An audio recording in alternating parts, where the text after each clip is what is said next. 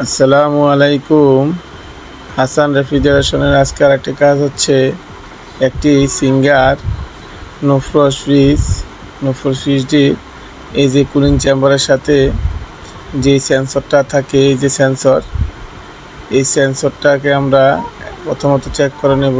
কিভাবে চেক করতে হয় এটা আমরা আরেকটি ভিডিওতে দিব। তারপরে এই যে ফিউজগুলো আছে, এটার মধ্যে ডাবল ফিউজ আছে, যেহেতু একটি সার্কিট সিস্টেম ফ্রিজ। হিটারের যে ফিউজ এগুলো ডাবল থাকে। এটা হচ্ছে DC fan motor, DC fan motor. তারপরে এই যে কুলিং চেম্বারের থেকে যে নর্মালে যে ঠান্ডাটা আসে, এই নর্মালের ভিতরে কোনো কারণে হিটারটি যদি না চলে, সঠিকভাবে বরফটা সঠিক সময়ে না গলাইতে পারে, তাহলে চেম্বার বা ইভাপোরেটরের মধ্যে প্রচুর পরিমাণে আইস গিয়ে বা আইস হয়ে নর্মালটি ব্লক করে ফেলে। তাই আমরা হিটারটিকে চেক করে নিতেছি। ইনশাল্লাহ হিটারটি ভালো আছে, পরিমাণে মান দেখাইতেছে ভালো। এখন ফ্রিজটিকে আমরা চেক করে নিব, ফ্রিজটি ভালো আছে কিনা।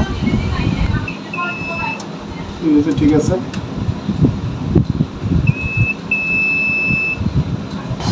ইনশাল্লাহ ফিউজটিও ঠিক আছে, সাথে হিটারও ঠিক আছে। আমরা হিটার এবং ফিউজের মান ইনক্লুড পাইছি। এখন আমরা এটাকে সঠিকভাবে ক্লিপগুলা সঠিক পয়েন্টে নিয়ে সঠিকভাবে লাগাবো, যাতে কোনো লুজ না থাকে। লুজ কানেকশন থাকলে কাজ করবে না। এটি থার্মোস্ট্যাটের পয়েন্ট।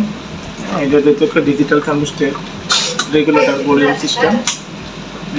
বা ভলিউম সিস্টেম বলে এটাকে, সার্কিটের মাধ্যমে কন্ট্রোল করে। এটার একটা বেলুস, এই যে এদিকে বেলুসটার ভিতরে গেছে। নর্মালি ঠান্ডা আসলে অটো কাটার লাগে এটা বেলুস গেছে, অটোমেটিক কাটার লাগে। যখন আমরা সার্ভিসিং করে নিচ্ছি, এটা ঠিক করে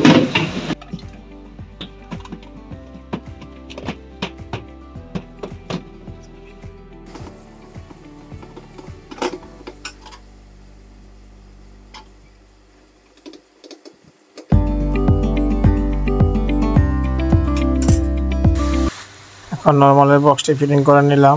থার্মোস্ট্যাটের যেই পয়েন্টটি আছে, নবটি ফিটিং করে নিলাম। এখন কমপ্লিট করে আমরা ফ্রিজটিকে চালিয়ে দেব। আপনারা আমাদের সাথে থাকুন, আমার চ্যানেলকে সাবস্ক্রাইব করুন।